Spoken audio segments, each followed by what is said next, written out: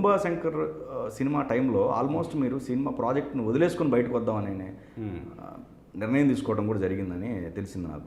అది ఏంటంటే first tiger సీతారాముడు అనుకున్నది కదా. తర్వాత ఆయన ఇప్పటి వరకు మీరు చెప్పిన వెర్షన్లో మీరు స్మూత్ గానే డ్రైవ్ చేసుకుంటే వదిలేసి వెళ్ళింది కూడా ఎలాగైంది అంటున్నాను. అది చెప్తున్నాను నేను. టైగర్ సీతారాముడు ఇది కాదు, బడ్జెట్ ఎక్కువ అవుతుంది కాబట్టి నాగబాబు అన్నయ్య చేయలేడు, మనం వేరే ఏం చేద్దామో ఆలోచిద్దామని ఒక ఇట్లీ వెళ్తాను నేను, కొంచెం ప్లెజర్ అయ్యి వస్తాను. అప్పుడు జానీ ఫెయిల్యూర్ దీంట్లో ఉంది. అదే డిస్ట్రిబ్యూటర్లు కూడా ఆయన కాంపన్సేట్ చేసి, అప్పట్లో ఫస్ట్ టైం తెలుగులో ఫెయిల్ అయితే ఒక హీరో తిరిగి డబ్బులు ఇవ్వటం, ఇంకా నన్ను నమ్మి కొన్నారు వాళ్ళు. సో మీకు నష్టం వస్తే ఎంత వస్తుంది అనుకుంటే మేము ఏదో 30% వస్తాయి, 40% వస్తుంది అనుకున్నాం, మరీ ఎంత వస్తుంది అనుకోలేదు అన్నప్పుడు ఆయన అంతవరకు కాంపన్సేట్ చేశాడు ఆయన సైడ్. ఆయన అరవింద్ గారు ఇద్దరు డిస్ట్రిబ్యూటర్లు మనం గురించి కొన్నప్పుడు వాళ్ళు ఇంత లాస్ భరించాలని చేసేసాక వెళ్ళిపోయాడు ఆయన. అట్లా 1 మంత్కి వచ్చే టైంకి వచ్చాక ఆలోచిద్దాం. ఈ లోపల సత్యానంద్ గారును నాగబాబు గారు కథ తయారు చేశారు, ఇదే గుడుంబ శంకర్ ఫస్ట్ వెర్షన్. తర్వాత చాలా చేంజెస్ అయినాయి. అది రాగానే కళ్యాణ్ గారికి చెప్పారు, నాకు తయారు చేస్తున్నాను కానీ లేకపోతే కళ్యాణ్ గారు చెప్తున్నారని నాకు తెలియదు, నేను ఇంకో కథ తయారు చేసుకుంటున్నా. ఓకే, అదే నమ్మబసవ బుజ్జి అని తెలుగులో చేసుకుంటా ఉన్నాం, కథ చేసుకుంటా ఉన్నా. సరే ఆయన వచ్చాక ఆయనకి ఎలాంటిది కావాలంటారో అది చేద్దాంలే అని అందాక నేను ఇంకో స్క్రిప్ట్ వర్క్ చేసుకుంటున్నాను. అప్పటికి ఇంకా పునీత్ కూడా అడిగాడు కదా దానికోసం. అప్పుడు తిరిగి వచ్చి రాగానే వాళ్ళిద్దరూ చెప్పారు, కళ్యాణ్ గారు చెప్తే శంకర్ గారికి చెప్పారని అడిగాడు ఆయన. లేదు నువ్వు ఒకసారి ఓకే అంటే శంకర్కి పిలిచి చెప్పేస్తామన్నారు. వాళ్ళు చెప్పిన తర్వాత ఒక 1 వారం రోజుల తర్వాత నాకు పిలిచి ఇంకొంచెం ఫైనాన్స్ ఉన్నాయి చేసి నీకు చెప్పేస్తాం శంకర్ అన్నారు. నేను వెళ్ళాను. వెళ్ళి చెప్పేటప్పుడు నాకు కొంచెం భయపడ్డాను. ఆ స్క్రిప్ట్ చాలా ఓల్డ్ ప్యాషన్గా ఉంది, చాలా ఓల్డ్ ప్యాటర్న్గా ఉంది. పైగా లాజిక్లు ఏం లేవు. అంటే ఏదన్నా డ్రామా స్టార్ట్ అయితే కొంచెం లాజిక్ కొంత ఉండాలి కదా. సామెతలు చెప్తాం అందరూ, where drama starts there logic ends అని. బట్ ఎంతో కదా ఆ ఇంట్లోకి వచ్చాడు, ఒక ప్లాన్ ఆఫ్ యాక్షన్ ఉండాలి కదా, ఏం చేయాలని వచ్చాడు, ఓకే ఇలాగే ఒకటి ఉండాలి కదా. అది లేదు. ఆ టైంకి ఏమనిపిస్తే అది చేసుకుంటే వెళ్తాడు అనేది ఉంది. గబక్కని నాకు అదేంటంటే నాగబాబు గారికి బెనిఫిట్ అవ్వాలి చేస్తున్న సినిమా. ఆయన మంచి సహృదయుడే, ఆయన చాలా ప్రేమ ఉంటాడు బాబు. కళ్యాణ్ గారు ఏమో ఇండస్ట్రీ అంతా చేంజ్ చేస్తున్న టైంలో నన్ను పిలిచి నువ్వు డైరెక్ట్ చేస్తున్నావని కథ కూడా చెప్పమనలా. ఒకసారి బాధ్యతగా భయం వేసింది, ఇలాగా చేసి ఇన్స్పిరేషన్ లేకుండా కథ మీద ఎలా చేయగలుగుతావని చెప్పి నేను ఇంటికి వెళ్ళి ఆయనకి, సార్ ఈ సినిమా మీ లిస్టులో ఉన్న మీరు ఎవరికి చెప్పాలనుకున్నా ఇది ఈవి సత్యనారాయణ గారు, కేఎస్ రవికుమార్ ఇలాంటి వాళ్ళు చేయాల్సిన సినిమా అండి, అలాంటి వాళ్ళు కాకపోయినా అలాగా చేయగలిగే వాళ్ళకి ఎవరికైనా ఇవ్వండి, నేను ఇంకొక కథ అయితే మీకు చెప్తాను, నాకు లేట్ అయినా పర్లేదని చెప్పా ఆయనకి. ఓకే, అయితే ఎలా కనపడుతున్నాను నేను 1.5 year జర్నీ చేశాక ఇప్పుడు వెళ్తే నాకు ఎలా ఉంటుంది, ఏం పర్లేదు, అది జానీ కన్నా దారుణంగా ఉండదు.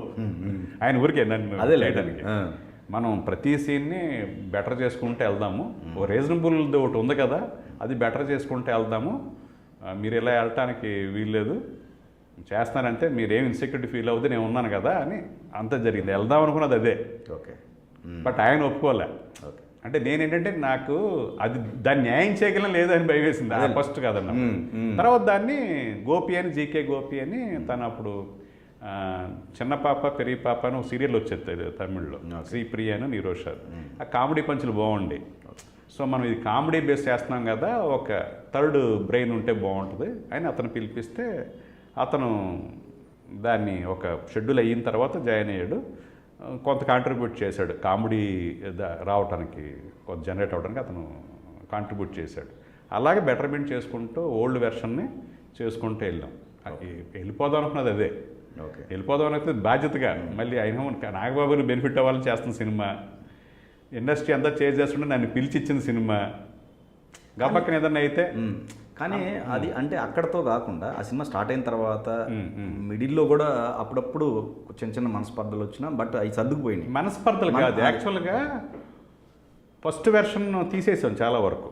ప్రకాష్ రాజు కూడా యాక్ట్ చేశారు అప్పట్లో. ప్రకాష్ రాజుని మళ్ళీ తర్వాత చేంజ్ చేయాల్సి వచ్చింది. చేంజ్ అయిన స్క్రిప్ట్ ప్రకారం ముందే అతను ఏదో మెడ్రాస్ వెళ్ళిపోయి వేరే సినిమా చేస్తాడని ఒక చిన్న ఇది వచ్చింది. ఏదో మదర్కి ఏదో బాగాలేదని వెళ్ళాడని, తర్వాత ఏదో ఛాంబర్లో ఇష్యూ అయింది. అప్పుడు అడ్వాన్స్ కూడా రిటర్న్ చేశాడు ప్రకాష్ రాజ్. మొత్తం సౌత్ ఇండియన్ బ్యాన్ అప్పుడు కదా అది అయిపోయింది. ఈ సినిమా వరకే ఇష్యూ, అది అంతక్రితం. అక్కడ ఇక్కడ బ్యాన్ చేసినప్పుడు నిరాహార దీక్ష చేసినప్పుడు మేము వెళ్ళి సపోర్ట్ చేసాం. అదే ప్రకాష్కి వెళ్ళి కృష్ణవంశీ నేను వెళ్ళి కూర్చున్నాం రోజు అక్కడ.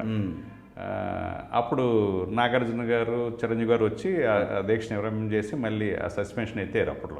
ఆ తర్వాత చాలా కాలం తర్వాత కుటుంబ అప్పుడు ఏదో చిన్న అతను ఏదో వేరే సినిమా ప్రెజర్స్ ఉంటాయి కదా, ఇక్కడ ఏదో చిన్న ఏదో పని ఉందని ఎవరికో బాగోలేదని వెళ్ళి ఆ సినిమా చేస్తాడని తెలిసి అది ఇష్యూ అయింది ఛాంబర్. విషయం తను అడ్వాన్స్ తిరిగి ఇచ్చేసాడు. తర్వాత మారింది వెర్షను. ఇప్పుడు మనం 10 రోజులు షూటింగ్ చేశాక